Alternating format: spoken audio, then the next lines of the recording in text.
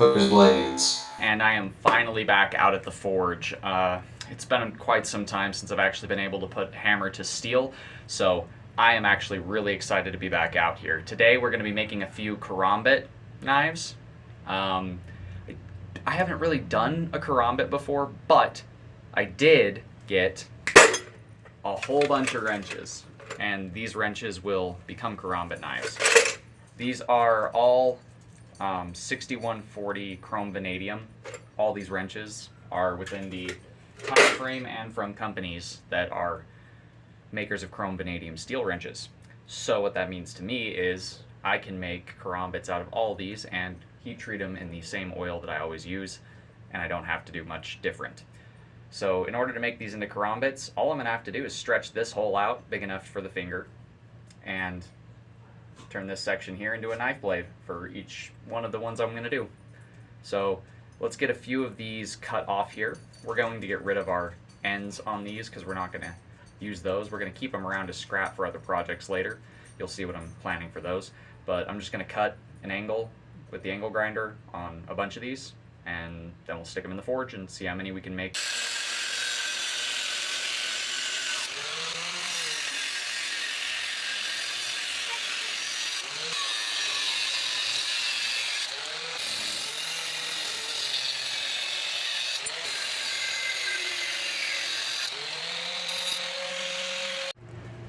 So we've got our 6 wrenches cut. One of them was a double end, and that's fine. I don't need 2. I didn't want to cut it in half and make 2 knives because then it would be smaller than one of the small ones. But we're going to go from largest to medium to smalls, so that way I have the most room to afford error in the first couple of them, since I've never done a karambit from a wrench before, and I want to make these real nice. This is me later. We're making one of these today, because I only have a little bit of time before the sun went down and I didn't account for how late the sun's starting to set. Damn.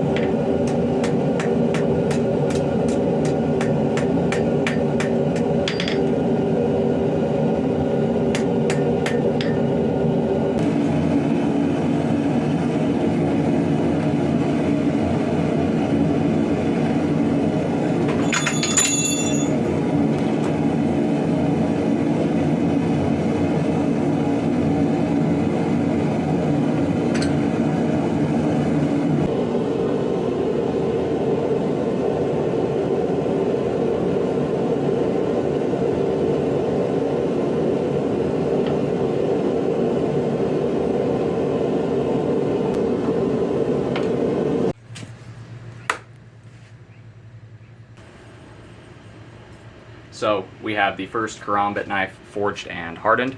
All that's left to do is grind it. As you can tell, it does have a broadened tip that kind of drops off and rounds down the back, just so that way it has that more aggressive Talon look when I'm done grinding it. I am going to clean up the spine and make that a more pronounced drop off.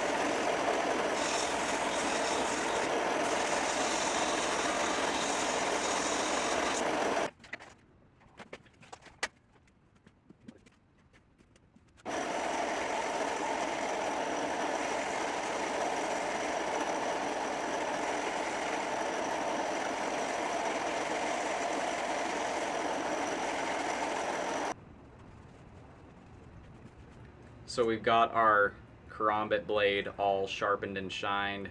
It's got a nice little edge on there, nice convex edge, so that way, since it's so thin, it's going to have a little bit of stoutness on the edge, something to reinforce it so it's not just super thin, because if I were to do a hollow grind, then this thing would be super fragile. I mean, it's not even 1/8 of an inch thick on the blade, so it's a very thin blade. It's going to make it an excellent cutter, but it's not going to make it something super, you know, slam it into all kinds of stuff thing. I mean, it'll be basically what a Karambit was originally designed for. So let's go get this wrapped. That way we can do a test cut on a bottle with it just to see how it does. So as you can tell, it's gotten dark. So that'll tell you how long it's been. I'm almost done. And it looks a lot worse right now than it will when it's finished. You think that jute twine looks simpler. If it looks decent and it's a tight wrap, it's not simple. And with that, our handle is now pretty much complete. All we have to do is cut off these little tags where we tied it together. Now my favorite part about jute twine handles. They're very flammable. So all this extra BS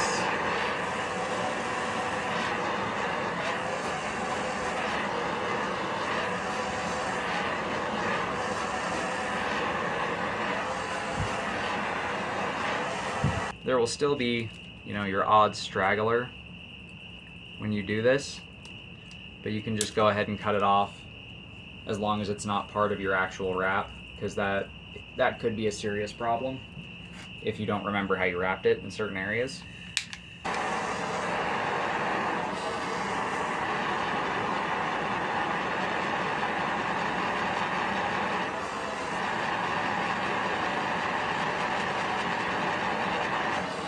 You just rub it, knock all the burnt crap off of it. Our Karambit blade, it's all nice and shiny.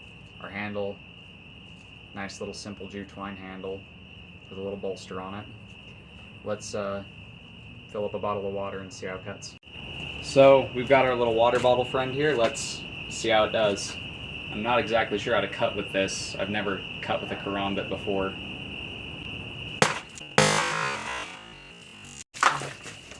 Oh man, that cut it right in half. That was clean. Looks like I splashed my phone, but that's fine. The real question is though, this is my first time heat treating chrome vanadium. I've done a lot of tool steels. This is a simple tool steel, but this is my first time heat treating this specific tool steel. So I'm gonna see if it breaks. Because if I'm gonna sell these, I gotta know I get my heat treat right. Got my face shield on just in case.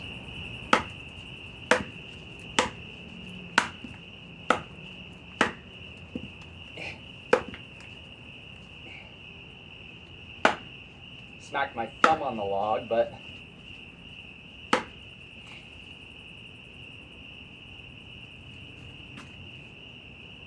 point didn't get hurt at all, so that's good. And it is, as you can see, a very thin blade. The point did dull a little bit from that, but that's to be expected on such a thin edge, on such a small blade being driven point first into burnt, hardened cherry. So the Karambit knife is all finished up and tested. It works great. It's got that little integral ball bolster. Doesn't make it super thick, but it makes it nice and comfy in the hand, whether you're holding it down here or with the ring in the loop, or whether you're holding it in a more traditional grip like a sickle. But yeah, nice little gleaning knife. If you guys like what you see, go ahead and hit subscribe, hit like, hit comment. I try to reply to all the comments that I get, so feel free to comment. I will almost always reply to you if I see your comment, which I see almost all of them. So, until next time, God bless, stay sharp out there. Check out the Etsy store if you're looking for a custom sharp object.